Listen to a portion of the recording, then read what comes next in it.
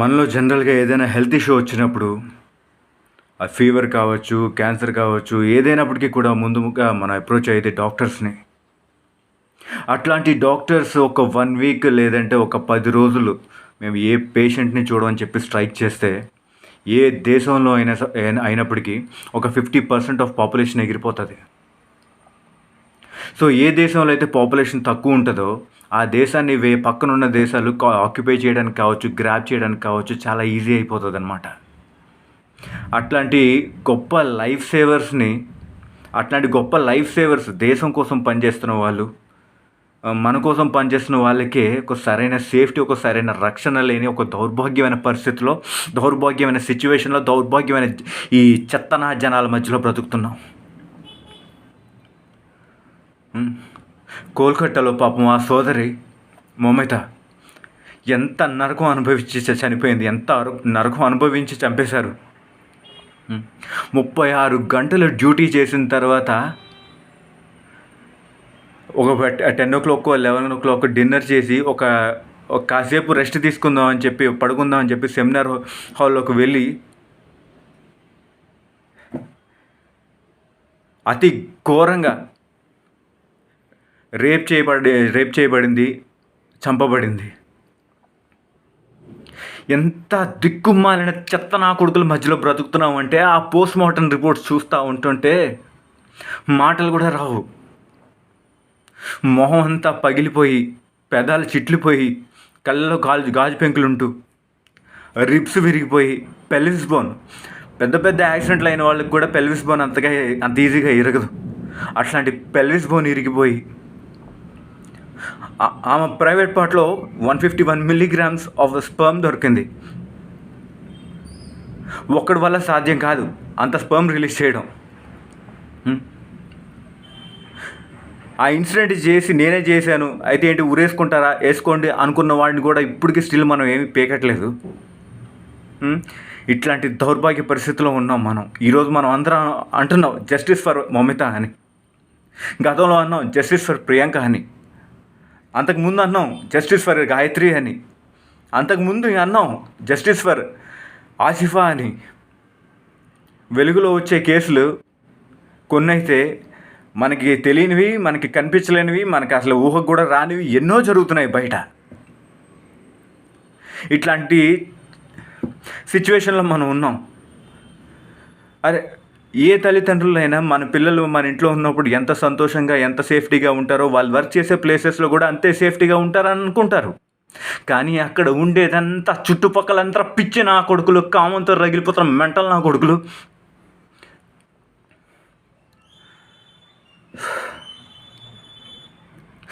మానవ రూపంలో ఉన్న మృగాల మధ్యలో బ్రతుకుతున్నారు మన ఆడవాళ్ళు. అరే, ఇంటి నుంచి బయటికి వెళ్ళే పిల్ల తిరిగి ఇంటికి వస్తుంది రాదా అని బిక్కుమని బ్రతకాల్సిన దౌర్భాగ్య పరిస్థితి ప్రతి తల్లిదండ్రులకి. అరే, మన చెల్లి బయటికి వెళ్ళింది, మన అక్క బయటికి వెళ్ళింది, అరే మన కూతురు స్కూల్కి వెళ్ళింది, వీళ్ళు తిరిగి వస్తారా లేదా అని చెప్పి భయపడి బ్రతకాల్సిన ఒక దౌర్భాగ్యమైన పరిస్థితి ఉంది. ఎందుకురా బాబు అంటే, ఎవడొచ్చి రేప్ చేసేస్తాడో, ఎవడొచ్చి చంపేస్తాడో, ఎవడొచ్చి ఏం చేసేస్తాడో అని.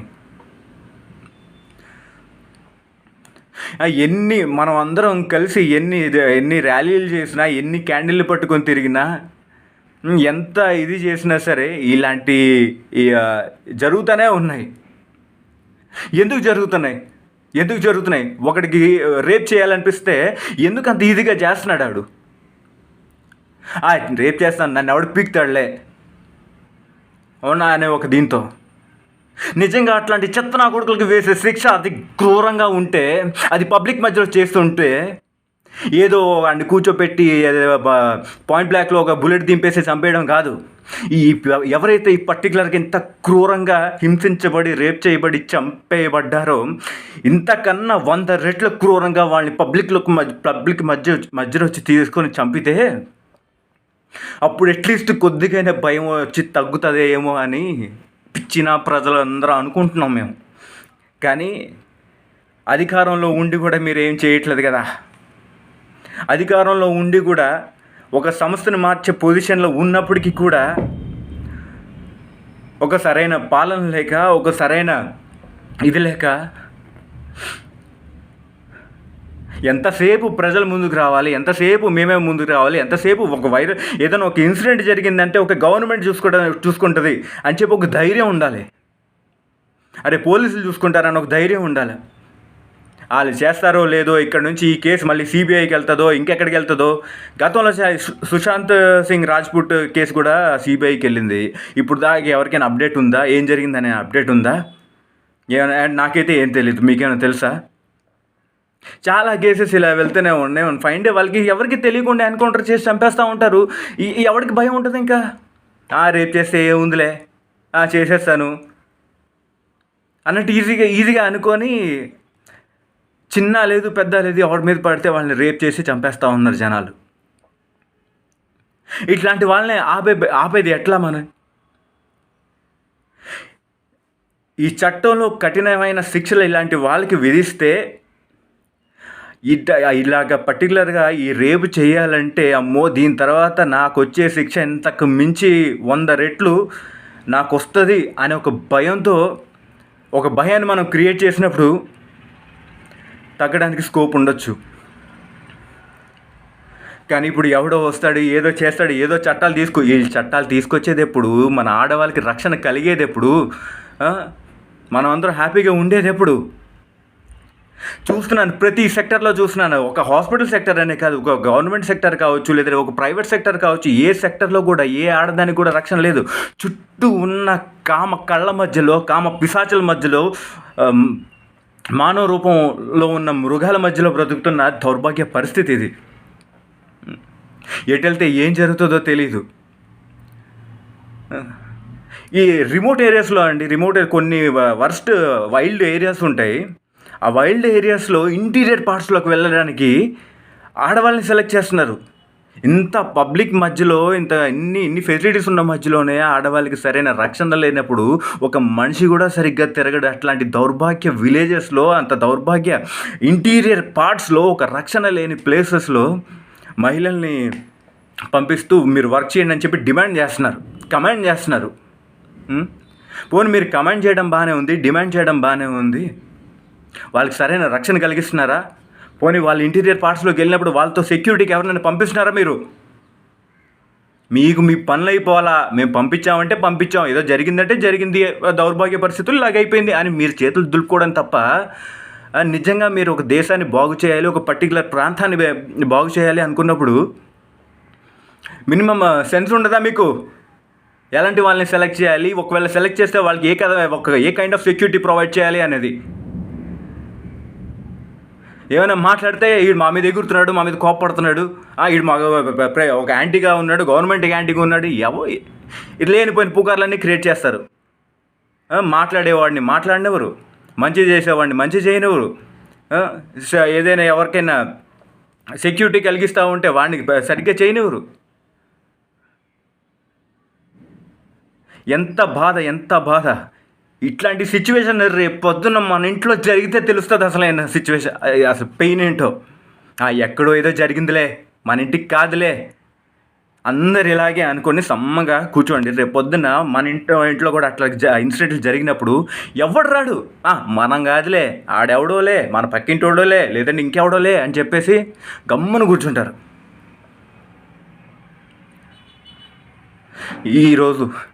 ఈ రక్షాబంధన్ రోజు ఈరోజు నేను ఇట్లా మాట్లాడడం అనేది నాకు ఎంతో బాధాకరం. అయినప్పటికీ ఈ రక్షాబంధన్ రోజు ఒక అన్నయ్యగా నా భారతీయ చెల్లెళ్ళకి, అక్కలకి, అమ్మలకి, తమ్ముళ్ళకి, అన్నయ్యలకి అందరికీ చెప్తున్నాను, ప్రతి సెకండ్ అలర్ట్గా ఉండండి. ఎవరిని నమ్మడానికి లేదు. సొంత మిత్రుడిని కావచ్చు, లేదంటే సొంతోడే మనోడే అని నమ్మడానికి లేదు. ఏ టైంలో ఎప్పుడు ఎవడు ఎలా ఉంటాడో ఎవరికి తెలీదు. ఏ జంతువుకైనా ఫిక్స్డ్ నేచర్ ఉంటుంది, కానీ మనిషికి మాత్రం ఎటువంటి ఫిక్స్డ్ నేచర్ ఉండదు. ఎవడు ఎప్పుడు ఎందుకు మారుతాడో, ఎలా మారుతాడో, దేనికోసం మారుతాడో వాడికే క్లారిటీ ఉండదు.